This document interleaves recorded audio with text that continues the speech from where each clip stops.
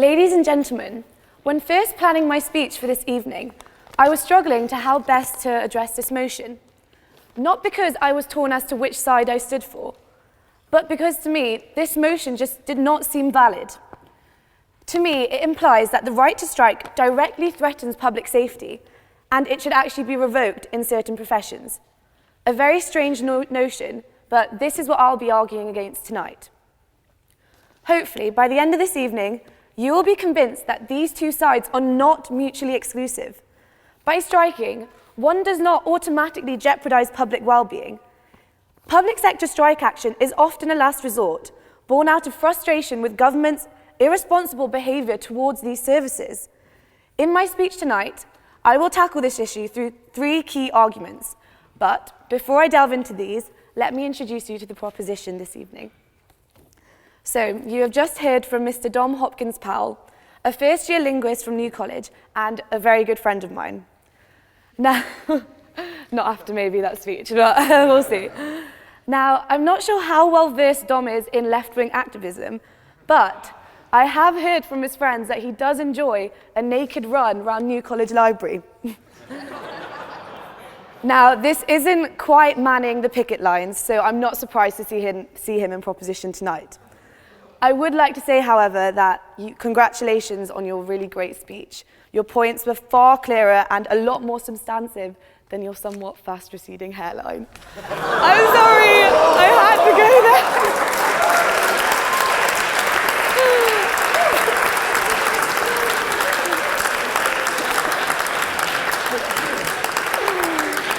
I did check with him beforehand. I'm not just being very mean. So, secondly, we have Mr. Brooks Newmark, an ex-politician and a very successful businessman. It is a pleasure to have you back at Oxford, where he currently lies at St. Anthony's College. Having served as a Minister for Civil Society until his 2014 resignation, Mr. Newmark has an exceptional knowledge of public sector matters, and I very much look forward to hearing his thoughts on this issue.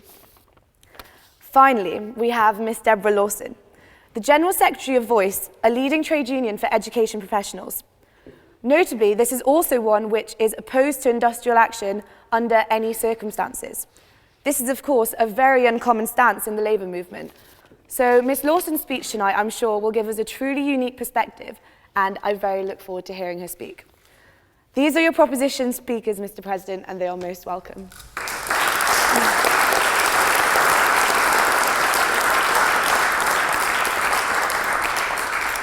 So, to begin, my first argument is that the suggestion that the right to strike is counterpoised to public safety just makes no sense. The proposition would have you believe that public sector workers are strikers in the making, pushing petty claims with no public spirit. This is just not agreeable. The professionals in question are not irresponsible militants, but in fact devoted public employees. To illustrate my point, I will use the somewhat topical example of junior doctors. So, as far as I'm aware, Mr. Hunt and the large majority of the Conservative government have had zero working experience within the NHS. In contrast, the average junior doctor trains for between roughly 7 to 15 years, clocking in over 30,000 hours in the hospital. I mean, there is just no question as to who has a better understanding of working conditions within the NHS. Emergency service workers, such as nurses, firefighters, policemen, and yes, doctors, devote, sometimes even sacrifice their entire lives for the public good. How dare we stigmatise them, even for 1 second, as a threat to society? The current junior doctor strike is the first in over 40 years. Industrial action only took place as a last resort, and when it did, these public-minded citizens took every precaution to ensure that emergency care was fully covered on the day of strike. Now, Dom kept mentioning this 3,000 operations cancelled figure. However, splitting this within the number of hospitals, 250 in the UK, that's only 12 operations within each hospital. Spread that over departments. In actual fact, this figure is not that significant. In addition, academic studies have shown that strikes have no overall effect on the number of patients who die in a given day. To take another angle on this particular issue, it is probably safe to say that this government's main preoccupations are financial. That certainly holds true if you look deeper into these junior doctor contract reforms. Junior doctors will see a fall in wages of around 30%, whilst working hours increase by 15%. This will inevitably lead to doctors' physical and mental exhaustion. Now, in this situation, I would certainly suggest here that it is not the doctor's reluctant resort to strike action that endangers the public, but an irresponsible, penny-pinching government. Moving on to my second point, I would say that industrial action is the only way to get your voice heard.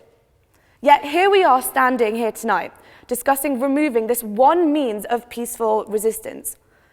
I mean, negotiations and talks are all very well. However, these channels have already been exhausted, as we've seen in the junior doctors. Hunt and Dr. Johan Malawana and Dr. Mark Porter went through hours of endless backtalk and nothing was achieved. Public sector workers, from doctors to policemen to firefighters, are forced to endure pay freezes, pension cuts, lack of equipment, long and arduous working hours due to this emotional blackmail that has been thrust upon them. If they are thought of as a quintessential element of society, surely they should also be treated like this. Instead, they are subject to exploitation. Have we forgotten that we live in a democratic society? Workers should be able to express their contempt regardless of their profession.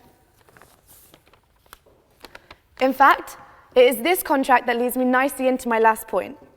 Now, here, I'm not suggesting that public sector workers are chasing money or an easy lifestyle, but the kind of unfairness that sees MPs rewarded with an 11% pay rise, whereas public servants are being penalised with no method of protest, is of course going to affect recruitment. I mean, the UK has been experiencing a brain drain in many services for a long time now. In fact, it's part of the reason why I'm here today. My dad, who sat over there, was brought over in 1997 due to a large shortage of domestically trained doctors. Given that this is the case, it is hardly surprising that more and more people will look to take their skills elsewhere.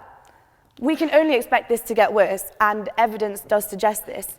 A poll that The Independent took showed that over 90% of junior doctors would consider resignation and emigration if the proposed changes went through.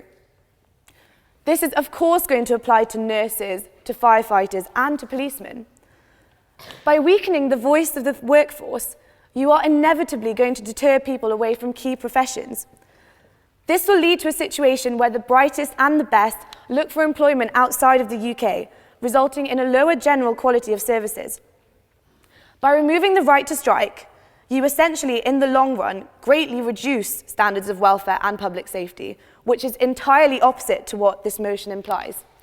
For these three reasons, I urge you to vote for opposition tonight. Thank you.